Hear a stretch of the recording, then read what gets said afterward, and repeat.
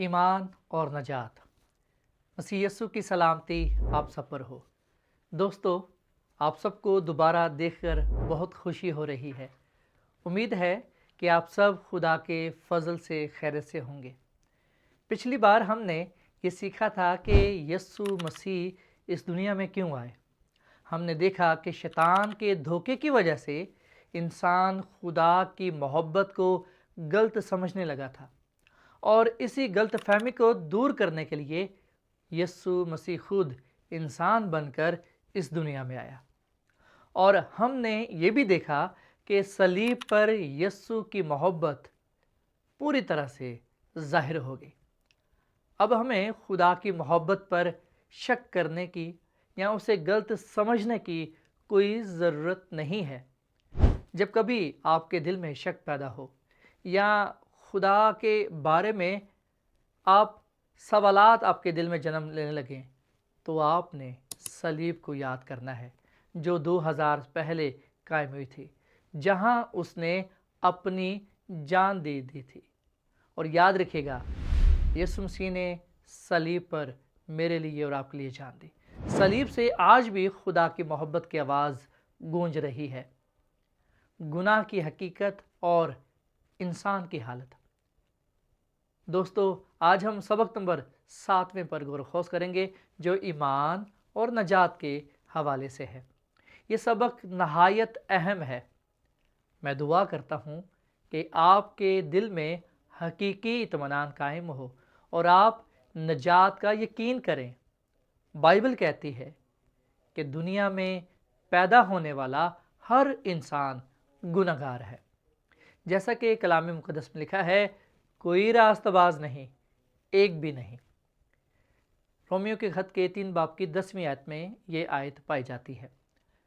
خدا نے آسمان پر سے بنی آدم پر نگاہ کی تاکہ دیکھے کہ کوئی دانش مند یا کوئی خدا کا طالب ہے یا کہ نہیں۔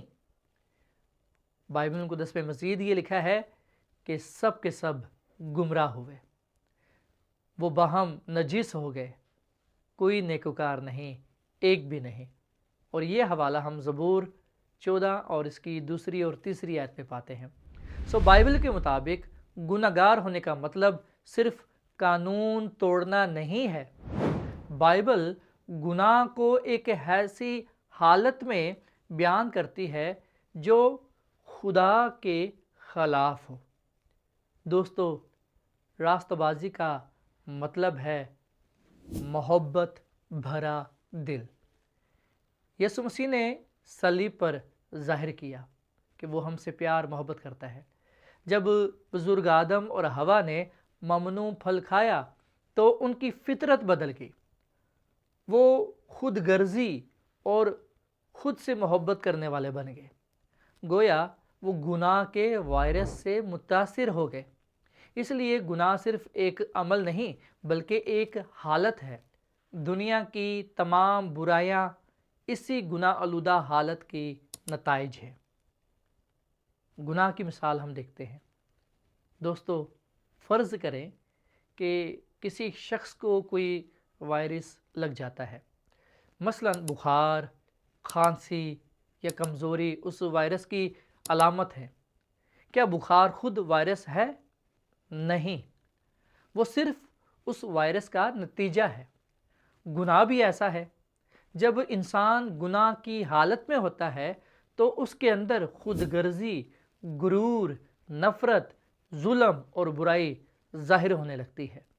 اگر یہ حالت بڑھ جائے تو انسان قتل بھی کر سکتا ہے۔ تو سوال یہ ہے، کیا ہم گناہ کرتے ہیں اس لیے ہم گناہ گار ہیں، یا ہم گناہ گار ہیں اس لیے ہم گناہ کرتے ہیں؟ بائبل مقدس کیا بیان کرتی ہے؟ ہم پہلے سے گناہ کی حالت میں پیدا ہوئے ہیں، اسی لیے گناہ ظاہر ہوتا ہے، اس لیے ہم گناہ کرتے ہیں۔ انسان کی بس کی بات نہیں ہے کہ وہ خود سے گناہ سے نکل سکے۔ کچھ لوگوں نے برسوں سخت عبادتیں کی، کچھ نے اپنے جسموں کو تکلیف دی، لیکن وہ اپنے گناہ کے مسئلے کو حل نہ کر سکے۔ نئے عہد نامہ میں پالوس رسول بھی بڑی جدوجہد کرتا ہے۔ ایک وقت تھا کہ وہ پکار اٹھا۔ رومیو کے خط کے 7 باب کی 24ویں آیت میں لکھا ہے، ہائے میں کیسا بدبخت انسان ہوں، مجھے اس موت کے بدن سے کون چھڑائے گا۔ دوستو یہی حقیقت ہے، کوئی بھی انسان اپنی کوشش سے گناہ سے آزاد نہیں ہو سکتا،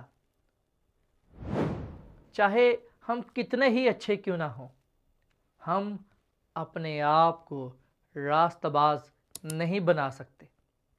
جب بزرگ آدم اور حوا نے شیطان کو چنا، یعنی کہ گناہ کیا، تو وہ گناہ کی غلامی میں آ گئے۔ اسی لیے انسان دکھ، خوف اور جرم کے احساس اور موت کے بوجھ کے نیچے زندگی گزار رہا ہے۔ لیکن خدا کا شکر ہے کہ خدا نے نجات کا راستہ مہیا کیا ہے۔ ایمان کے وسیلے سے راستہ بازی ہمیں حاصل ہوئی ہے۔ دوستو آپ نے مارٹن لوتھر کا نام سنا ہوگا۔ وہ بھی اپنے گناہوں سے نجات پانے کے لیے بہت کوشش کرتا تھا۔ ایک دن جب وہ روم میں مقدس سیڑھیوں پر گھٹنوں کے بل چڑھ رہا تھا تو اچانک خدا کا کلام اس کے دل میں نمودار ہوا۔ اسے آواز سنائی دی، اور آواز کیا تھی کہ راستہ باز ایمان سے زندہ رہے گا۔ دوستو کئی سالوں تک میں بھی اس آیت کا مطلب نہیں سمجھ سکا۔ میں بچپن سے ایک کلیسیا جاتا تھا، لیکن پھر بھی میرے دل میں سکون نہیں تھا۔ جب مجھے لگا کہ میری روحانی زندگی اچھی ہے تو میں بہت خوش ہوا، اور جب اپنی کمزوریوں کو دیکھا تو مایوس ہو گیا۔ مجھے لگتا تھا کہ شاید میں کبھی نجات حاصل نہیں کر سکوں گا۔ پھر ایک دن خدا نے مجھے سکھایا کہ انسان اپنی کوششوں سے راستہ باز نہیں بن سکتا۔ صرف ایک ہی راستہ ہے، صلیب پر یسوع کی معافی کو ایمان سے قبول کرنے کی وجہ سے ہم نجات پاتے ہیں۔ صلیب پر ہم نجات پاتے ہیں۔ دوستو جب بزرگ آدم اور حوا نے گناہ کیا تو خدا فوراً ان کے پاس آیا اور وعدہ کیا کہ وہ خود ان کے گناہ کا مسئلہ جو ہے حل کرے گا۔ 4000 سال گزرنے کے بعد ہم جانتے ہیں کہ یسوع مسیح جب صلیب پر مصلوب ہوئے تو اس کی مصلوبیت سے گناہ کی قیمت ادا کی گئی۔ بائبل بیان کرتی ہے کہ ایک گناہ کی وجہ سے پوری دنیا گناہ گار بن گئی، لیکن ایک راست باز کی وجہ سے پوری دنیا نے نجات پائی۔ جو کوئی بھی اس پہ ایمان لائے گا ہلاک نہیں ہوگا بلکہ ہمیشہ کی زندگی کو پائے گا۔ دوستو ایک آدمی یعنی کہ بزرگ آدم کے گناہ سے سب انسان گناہ گار بن گئے۔ یہ بظاہر ناانصافی لگتی ہے، لیکن اس طرح ایک شخص یعنی مسیح یسوع کی راستہ بازی سے سب کے سب نجات اور زندگی پاتے ہیں۔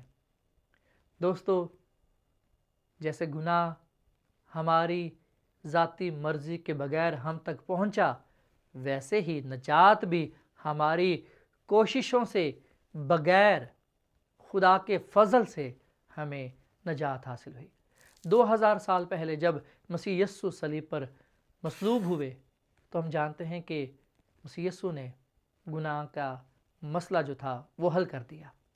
دوستو خدا آج ہمیں راستہ باز بناتا ہے۔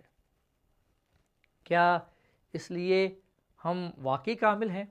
نہیں، ہم اب بھی کمزور انسان ہیں، لیکن چونکہ یسوع مسیح نے ہمارے گناہوں کی قیمت ادا کر دی ہے، اس لیے خدا ہمیں معاف کرتا ہے، خدا ہمیں راستہ باز بناتا ہے۔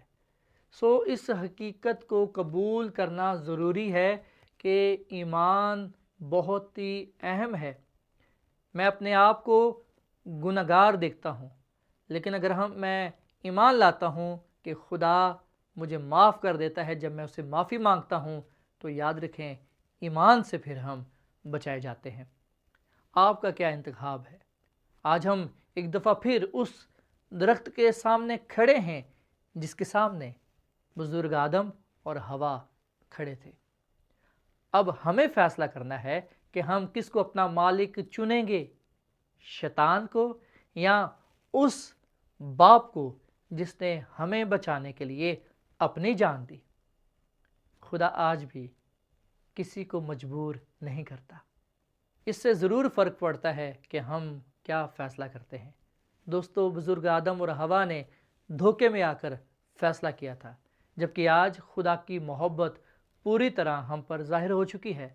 صلیب واضح طور پر بیان کرتی ہے کہ خدا کیسا ہے۔ میں نے فیصلہ کر لیا ہے کہ میں صرف خدا کو اپنا مالک مانوں گا، کیونکہ اس نے میرے لیے اپنی جان صلیب پر دی۔ میں امید کرتا ہوں کہ آپ کا بھی یہی انتخاب ہوگا۔ اگلے سبق ہم توبہ اور نئی پیدائش کے حوالے سے سیکھیں گے۔ کیا آپ جانتے ہیں کہ حقیقی توبہ کیا ہے اور نئے سرے سے پیدا ہونے کا کیا مطلب ہے؟ اگلے سبق کا ضرور انتظار کیجیے۔ خدا کے فضل سے ہم توبہ اور نئے زندگی کے تجربے کو سمجھیں گے۔ تب تک کے لیے مجھے اجازت دیں۔ خدا حافظ۔ خداوند آپ کو برکت دے۔